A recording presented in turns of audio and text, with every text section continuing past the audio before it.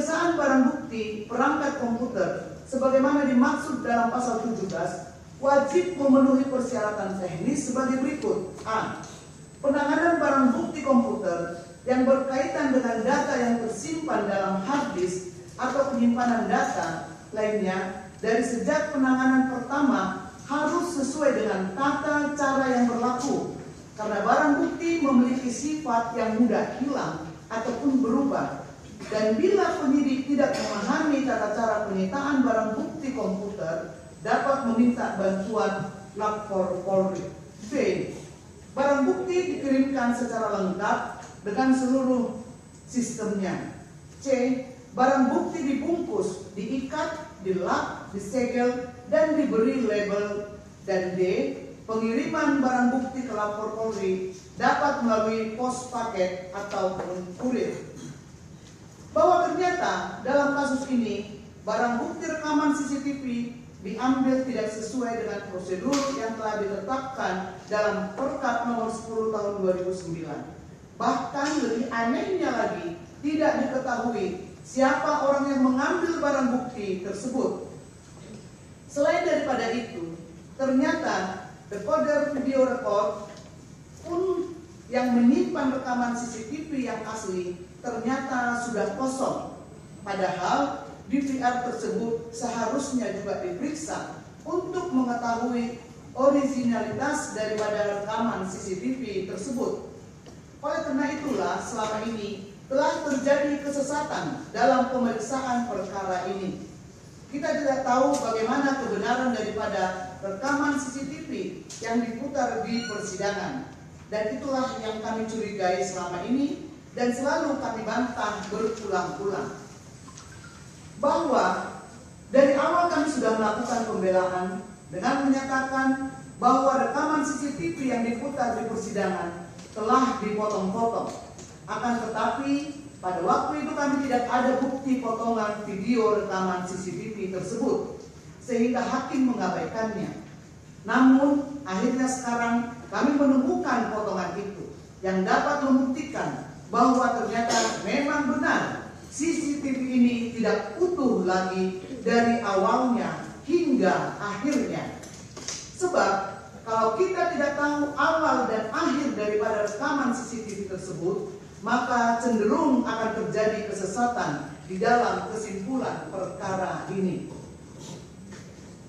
Bahwa dari rangkaian cerita yang ada, kami menemukan satu bukti yang merupakan novum, yang membuktikan bahwa ternyata ada potongan video yang merupakan bagian daripada rekaman CCTV yang selama ini tidak pernah ditampilkan di dalam persidangan. Novum tersebut terdapat di dalam sebuah compact disc ataupun CD yang diperoleh dari TV One dan berisi rekaman tayangan acara wawancara Karni Ilyas dengan ayah Mirna yang bernama Dermawan Salihin tanggal 7 Oktober 2023.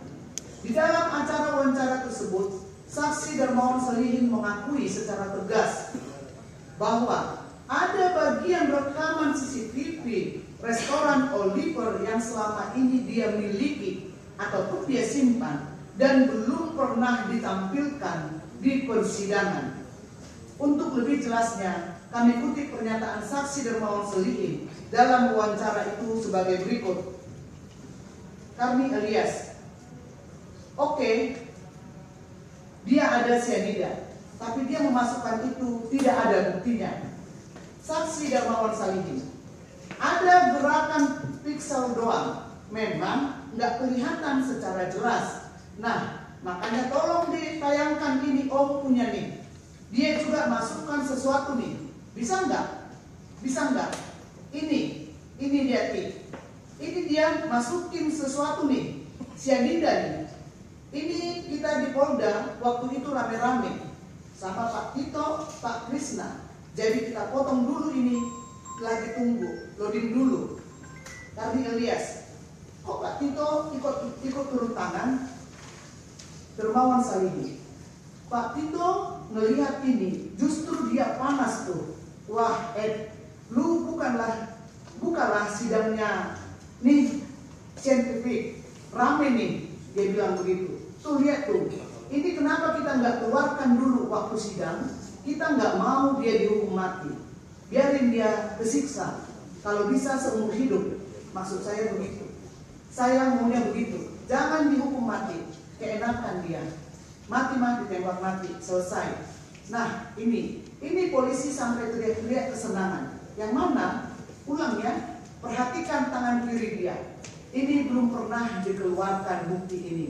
Jadi polisi sangat senang sekali itu hari sampai lompat-lompat. Bahwa seandainya barang bukti ini dulu ada di dalam pemeriksaan perkara ini, maka sudah pasti kesimpulan dan putusan hakim akan berbeda.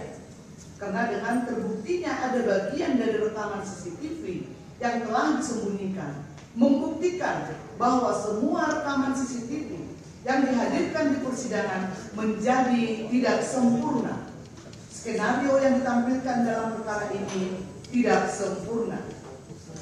Lagi pula, kalau notebook ini kami temukan dulu, ternyata potongan dari rekaman CCTV tersebut juga diduga telah direkayasa. Jadi, apabila fakta ini telah diketahui sejak dulu, maka sudah membuktikan bahwa betul-betul seluruh rekaman CCTV, baik yang dihadirkan penuntut umum di persidangan, maupun yang dimiliki ataupun disimpan oleh saksi Dermawan Salihin adalah tidak sempurna. Originalitasnya tidak sama lagi karena diduga telah direkayasa. Sehingga kesimpulan yang akan diambil oleh hakim pun pasti akan berbeda apabila fakta ini telah diketahui dari dulu. Tentunya pemohon peninjauan kembali seharusnya tidak bisa dinyatakan bersalah dengan didasarkan pada rekaman CCTV yang diduga direkayasa tersebut. Bahwa untuk itu kami menjelaskan, dengan hilangnya bagian dari barang bukti rekaman CCTV, hal itu saja sudah merupakan sebuah pelanggaran karena telah menjadikan semua rekaman CCTV tersebut tidak sempurna, sehingga dasar pemeriksaan kasus ini di persidangan juga menjadi tidak legal. Rangkaian cerita yang diperoleh dari rekaman CCTV tersebut menjadi terputus. Adegan-adegan yang ditayangkan di persidangan selama ini menjadi terputus dan tidak bisa menggambarkan kejadian yang sebenarnya, sehingga mengakibatkan hakim tidak bisa mengambil keputusan secara sempurna. Dengan demikian, fakta ini apabila kita kaitkan dengan keterangan ahli digital forensik Christopher Harimandrianto dan Muhammad Nuh Al-Azhar, maka jelaslah bahwa ternyata bukan hanya rekaman CCTV tersebut diduga telah direkayasa, karena ternyata selama ini ada bagian yang disembunyikan saksi Dermawan Salihin dan tidak pernah ditampilkan di persidangan. Ternyata rekaman CCTV yang diputar di persidangan itu sendiri juga diduga telah direkayasa. Untuk itu akan kami uraikan satu persatu mengenai dugaan rekayasa tersebut dalam memori peninjauan kembali aku, dan akan dibuktikan dengan keterangan dari ahli digital Rismon Sianifan yang akan kami ajukan ataupun hadirkan di persidangan sebagai ahli.